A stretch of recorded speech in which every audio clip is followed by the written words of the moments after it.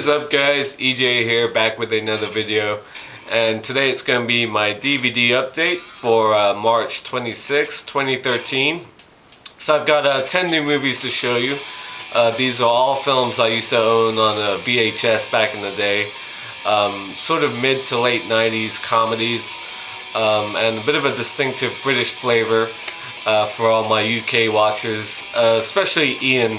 Forkaball, last week he said he commented on my video saying he hadn't seen any of the movies that I showed in my Criterion update. So I wanted to get some movies maybe that he's seen, and if he hasn't, he should definitely check some of these out. So if you're from the UK and you know these films well, let me know for sure. So let's get started. Up first, we have Boston Kickout from 1997. Really great independent British film that was made in 1995, but I think it came out in the States in 97. That's when I saw it, or 98, 99. I fell in love with it at the time. It's a great sort of movie about four friends at the end of their teenage years getting into trouble, drinking, partying. And it's got a really interesting cast. John Sim, Emma McCourt, and Mark Warren. Mark Warren is a English actor with blonde hair, kind of a mean-looking dude.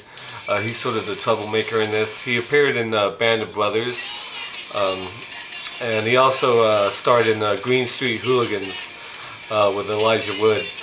He was the other brother, the one who sort of went straight after getting into all kinds of trouble. But most importantly, it stars Andrew Lincoln, who many of you probably know from The Walking Dead.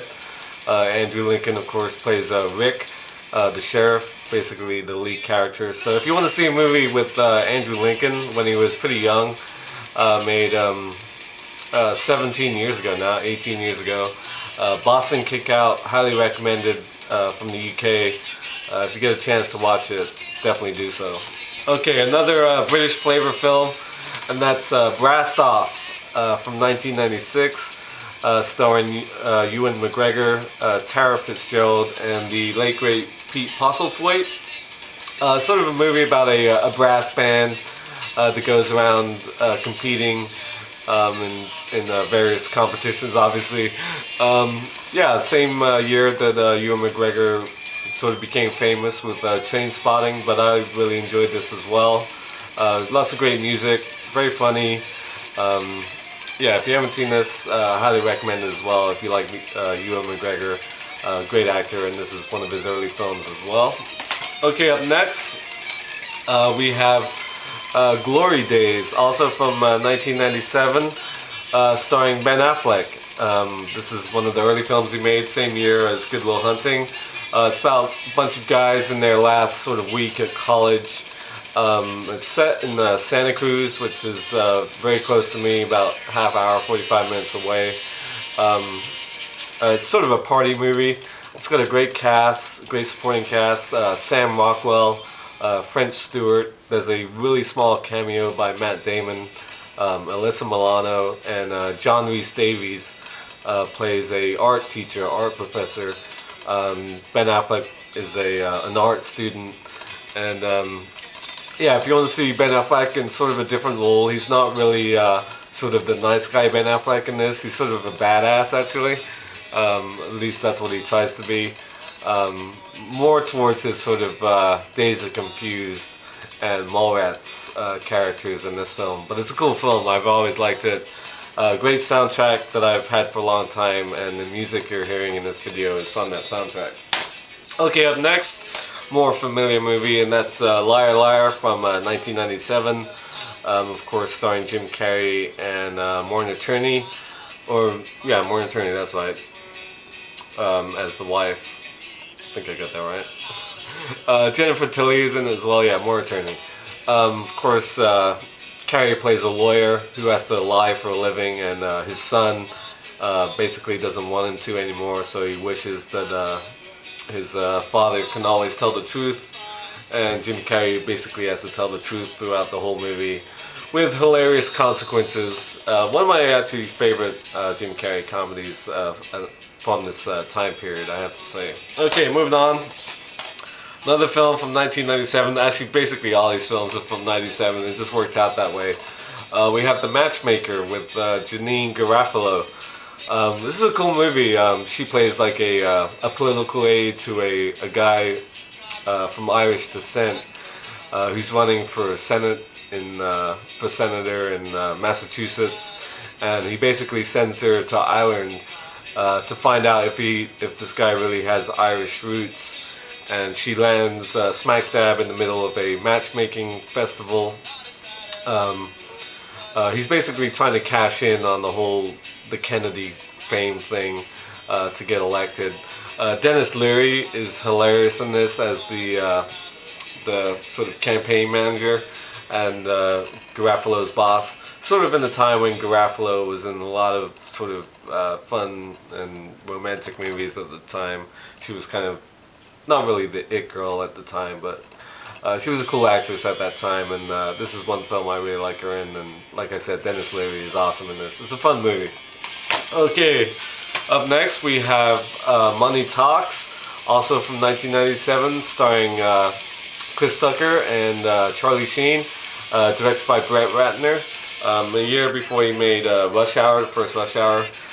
Probably the main reason why he cast Chris Tucker in Rush Hour, actually. Not a great film, but I enjoy it. Charlie Sheen plays a news reporter, sort of TV news reporter, and he runs into this hustler on the street, played by Chris Tucker.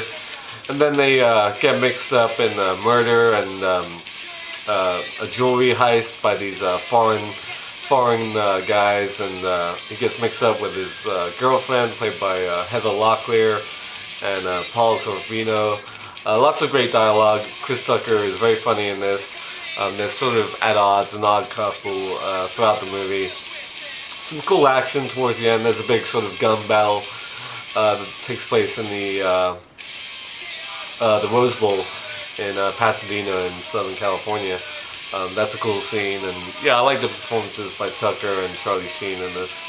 Money Talks. Okay, up next, also from '97, we have Nothing to Lose with Tim Robbins and I'm blanking on his name all of a sudden. Martin Lawrence. Tim Robbins sort of plays a straight-laced businessman. Comes home one night or one day to find what he thinks is his wife in bed with his boss. In sort of a fit, he leaves in his car, and on his way, he gets carjacked by Martin Lawrence. But Tim Robbins basically had nothing to lose at this point and sort of dives off, and it's sort of a buddy comedy from there. Guys from opposite ends of the track, if you like. Cool movie, fun movie, very funny. It's got a good supporting cast. I like, what's his name? John C. McGinley. He plays one of these two wanted criminals out on the road. He's cool, and yeah, it's a good film. I've always liked Tim Robbins, and this is sort of a departure for him at the time. Good comedy, him and Martin Lawrence. Okay, moving on. I'm not going to even say it's a guilty pleasure, because I've always liked this film. Also from 1997, and that's Romeo and Michelle's High School Reunion, starring Mira Sorvino and Lisa Kudrow. I've always liked Mira Sorvino, and she was especially hot at this time after she won the Oscar for Mighty Aphrodite. Film I have to pick up, actually. Films like Mimic, which I love as well, came out around the same time. Janine Garofalo is also in this. Of course, about two high school friends who were sort of outcasts at the time. Now think their life is fabulous, working in a fashion shop, and then their high school reunion comes along, and they go back thinking it's going to be great. They're going to meet the guy of their dreams and so on, and it doesn't exactly turn out that way. I really like Mira Sorvino, I always have, and her and Kudrow are really fun together in this. And Janine Garofalo has some great lines, like I said. It's a fun movie. I've always liked it. Definitely not a guilty pleasure. Okay, up next, also from 1997, we have Trial and Error, starring Jeff Daniels and Michael Richards and Charlize Theron. Jeff Daniels plays a lawyer.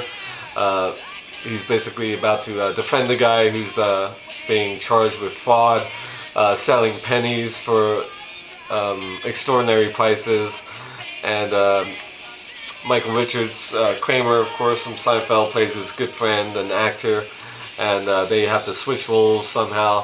And Michael Richards has to play a lawyer in the courtroom because that's the way they started, and he has to go through with it while Jeff Daniels feeds him all the legal jargon to get through it. Charlize Theron plays the love interest of Jeff Daniels. One of her early performances too, very cute in this. Yeah, it's a fun movie. Michael Richards didn't really do much after Seinfeld when it comes to movies, but I really like this film with him in it. He's very funny. Jeff Daniels great, and Charlize always awesome. Last but definitely not least, one of the gems of this bunch, another British film, and that is Twin Town from sort of 96, 97. Great Welsh comedy with Rhys Ifans and his brother at the time, or still his brother, Lear Evans. He plays his brother, Lear Evans. I thought they were actually brothers. Never mind.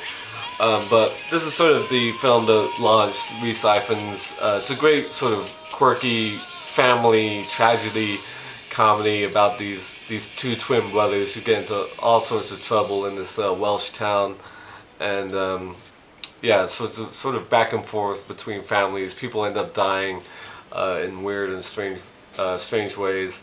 Sort of at the time when all those great British films were coming out, like I said, Brassed Off, Trainspotting, The Full Monty. This was one of them as well, Twin Town. Actually, I don't think it's available in the U.S. On DVD, and that's why I ended up with the Region 2 copy. See the 18 rating on the cover there. Yeah, that's pretty much all I remember from this. All these films I haven't seen in probably 12, 13, 14 years, but this one's really fun as well from what I remember. So those are the 10 movies. Lots of great sort of 1997 comedies, besides a couple. Some good British films as well. Let me know if you've seen any of these movies, especially you, Ian. This one's for you. And as always, thank you for watching, and until next time, I'll see ya. Bond. James Bond.